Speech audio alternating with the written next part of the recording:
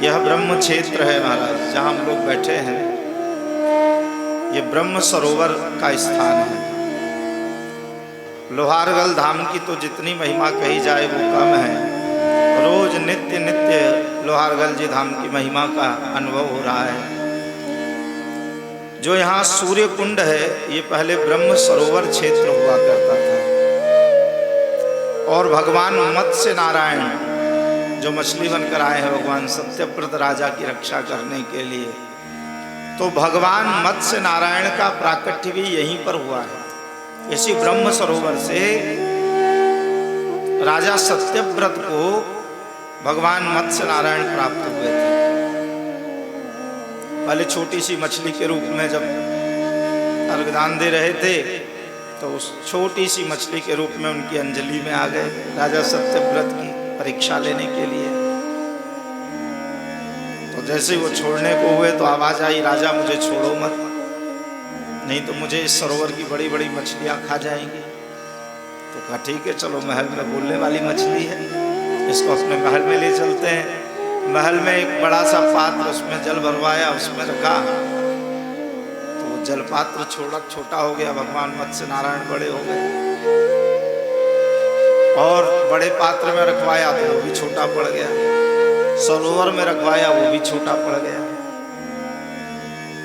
जहां जहां रखे वो पात्र छोटा होता जाए, समुद्र में डाले तो वो भी छोटा। तब पूछा, महाराज आप कौन है, मेरी परीक्षा ले रहे? सत्यव्रत है ना राजा, सब क्यों परीक्षा ले रहे हैं? तब बताया कि हम मत्स्य नारायण हैं। तो मत्स्य नारायण जहाँ से प्रकट हुए, जहाँ वह स्थान भी ये ब्रह्म सरोवर है। इसकी बहुत बड़ी महिमा है, बोलो राधे राधे। और इस ब्रह्म सरोवर में जो भी स्नान करता था वह मुक्त हो जाता था, सीधे भगवान के धाम को जाता था। तब देवताओं ने प्रार्थना करी, बोले हे नारायण, आपका ये ब्रह्म सरोवर जब से आप यहाँ प्रकट हुए हैं, इसकी महिमा तो इतनी बढ़ गई है कि जो भी इसमें स्नान करता है वो मुक्त हो जाता है। ऐसे तो प्रकृति की व्यवस्था ही बिगड़ जाएगी, सब मुक्त हो के आपके धाम चले जाएंगे तो प्रकृति की व्यवस्था बिगड़ जाएगी। तो ऐसा करिए कि प्रकृति की व्यवस्था बनी रहे। तो भगवान ने कहा ठीक है, इस तीर्थ को हम छुपा देते हैं। तो मंदराचल के ये जो पुत्र हैं, दो पर्वत, उनको आज्ञा करी भगवान ने कि तुम ब्रह्म सरोवर तीर्थ को जाकर छुपा दो, ढक दो अपने से। ये पर्वत आए और इन्होंने इस ब्रह्म क्षेत्र को ढका। लेकिन जब पर्वत ढका पर्वत से और उसका जब जोर पड़ा तो उसमें से 7 धाराएं अलग अलग फूट गई। तो कहा इसमें से तो धारा प्रकट हो रही है, अब क्या होगा? तब भगवान देवताओं ने कहा महाराज ये तो फिर भी नष्ट नहीं हुआ, धारा तो जल की निकल रही है अभी भी, क्या करें? तो बोले ठीक है, जाओ हम आशीर्वाद देते हैं कि सतयुग त्रेता द्वापर तीनों में ये तीर्थ जो है विलुप्त रहेगा। लेकिन जब घोर कलिकाल आएगा तब इस तीर्थ की महिमा धीरे धीरे, जब सारे तीर्थ नष्ट हो जाएंगे कलयुग के प्रभाव से, तब धीरे धीरे इस तीर्थ की महिमा जगत संसार जानेगा। तब इस तीर्थ की महिमा को लोग पहचानेंगे। उससे पहले यहाँ लोग इस तीर्थ की महिमा को नहीं जान पाए। तो अब देखो धीरे धीरे लोग जान भी रहे हैं। और अब यहाँ कथा हुई है तो अब तो बहुत प्रचार प्रसार होगा, है ना? तो ये ब्रह्म क्षेत्र है, ब्रह्म सरोवर है। ये कोई सामान्य तीर्थ नहीं है। यहाँ स्वयं भगवान मत्स्य नारायण का प्राकट्य हुआ है,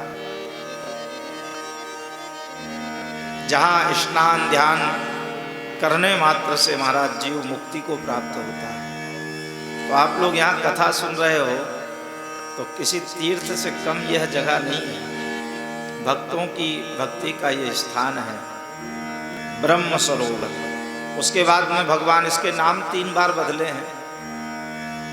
पहले ब्रह्म सरोवर था, फिर भगवान ने इसको छुपा दिया, तो फिर उसके बाद में ये सूर्य क्षेत्र बना। जब भगवान परशुराम ने यहाँ सूर्य नारायण की आराधना करी, यज्ञ किया, तो फिर ये सूर्य क्षेत्र बन गया।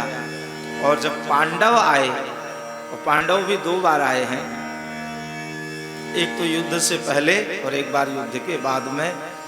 तो जब पांडव आए हैं बाद में और जब उनके अस्त्र शस्त्र यहाँ गल गए, तब से ये लोहार गलजी हो गया है।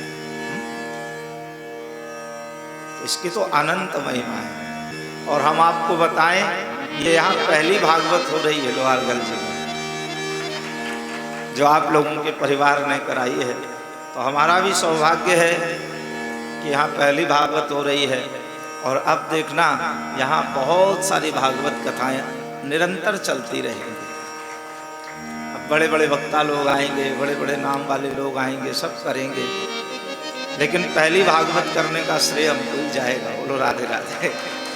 जब इस भवन के इतिहास में लिखा जाएगा कि भाई पहली भागवत किसकी हुई, तो आप लोगों के परिवार का और हमारा नाम आएगा, है ना। ये भी एक ऐतिहासिक कार्य हो गया है। तो मत्स्य नारायण की ये पवित्र भूमि है, सत्यप्रद राजा की। देखो यहाँ मन हमारा जब तीर्थ में आकर हम बैठते हैं तो हमारा मन स्वतः शांत हो जाता है। यहाँ मन चंचल नहीं होता है। थोड़ा सा जप करने बैठो, थोड़ी देर में मन लग जाता है। यहाँ कोई अनर्गल नहीं बोलता है, क्योंकि ये तीर्थ का, ये भूमि का प्रभाव है। तो ऐसी पवित्र भूमि में बैठकर हम लोग कथा सुन रहे हैं लोहार गलजी धाम में।